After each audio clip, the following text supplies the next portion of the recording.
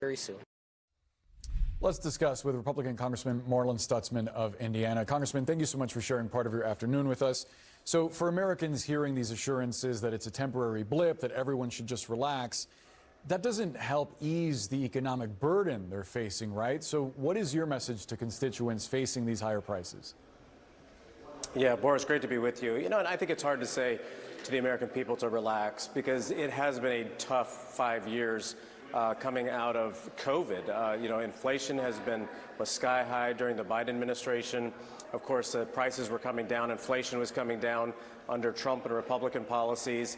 But the war in Iran has caused gas prices to go back up. And that's, one of the pieces that we knew would likely happen.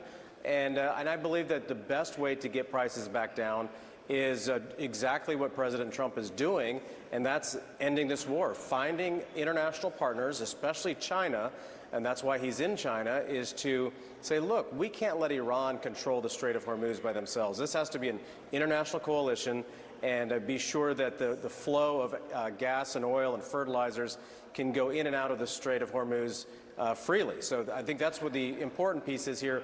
We got to stop Iran from having a nuclear weapon, and we also have to stop Iran from having complete control over the Strait. And in the long run, I do believe that we're going to have low oil and gas prices for decades to come. But when President Trump says he doesn't think about the financial situation of everyday Americans when weighing how to handle Iran, what's your response? I mean, in part, he got elected as a response to high inflation, so shouldn't he take into consideration what this war is now costing the people that elected him to lower those prices? Well, I know that President Trump does care about the American people's fiscal situation because, for one, the working family tax cut that we passed last year kept the American people's taxes low. On average in Indiana, $3,000 was saved by Hoosier families per family by the big, beautiful bill. I know that he cares about the American people when it comes to gas prices, but he also cares about our security when it comes to being sure that Iran doesn't have a nuclear weapon and that they can't leverage this. Yes, it is causing pain at the pump, but I believe what's also happening here is the fact that we're going to get Iran back on their heels. We're going to find an international coalition to help solve this situation. Iran better come to the table very quickly because I know there are oil and gas buyers now looking elsewhere than outside of the Persian Gulf to buy their gas and oil. And if they find a good relationship, they'll stay there. That's going to be good for the United States in our supply. But with Venezuela also coming online, gas prices are going to come back down fairly quickly once the situation is resolved. In CNN's recent polling that was captured since the start of the war, 55% of Americans say that the economy is the most important issue facing the country. Just 3% say it's foreign policy. I wonder if you think what you just described, these priorities that the president has, is in line with where the American people are right now. Oh, I think that we are all, very in tune with the economy, knowing that what we passed last year in the Working Families Tax Cut Plan, it's working. Taxes are staying low. Energy production was actually up. Look at the jobs numbers that just came out this last week, where it was almost double expectations at 115,000 jobs that were filled and that were created in the economy. So the economy is growing. There's a lot of capital out there that's looking for places to grow. There's projects, and I know in Indiana, which is a great place to do business, is we're growing and expanding there. But of course, you look at the gas prices, that, mentally it affects all of us, and it does affect us in the pocketbook as well. But I think that a lot of the folks that I talk to in my district, I just won my primary with 67% of the vote. A lot of the older folks that know the context of Iran tell me, finish the job. Younger people that don't quite understand the context, they're feeling it, and I get that. But in the long run, this is going to be much better, not only for the United States, but it's going to be better for the Middle East, Europe, and the international community at large.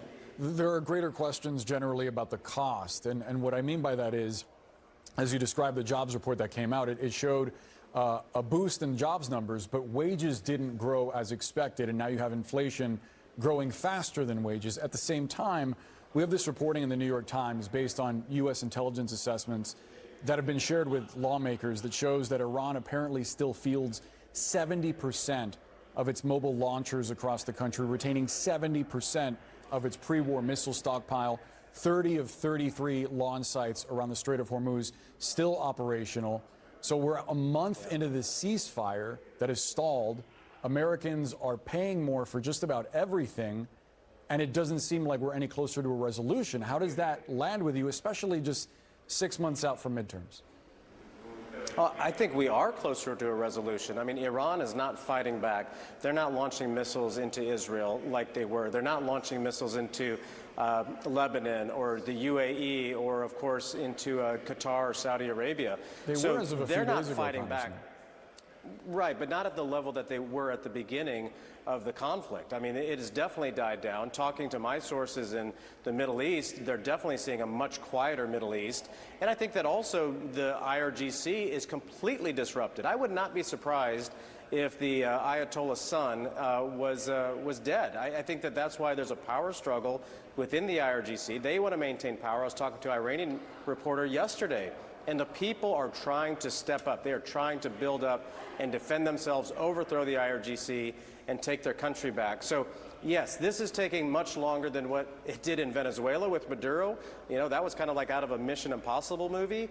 But we knew Iran had tons of weapons. They've got tons of money, and it was going to take time. But by blocking the Strait of Hormuz, we've already stopped almost $8 billion worth of cash that would be going back to the IRGC and telling them that you're not allowed to ship oil and gas out of the strait until you get to the negotiating table. So I think President Trump is in a strong position to negotiate, and by going to China, that's a strong power move, saying, hey, you know what, I'm going to come to you guys, we're going to get this figured out, and it's important for all of us. China needs this resolved just as quickly as we do.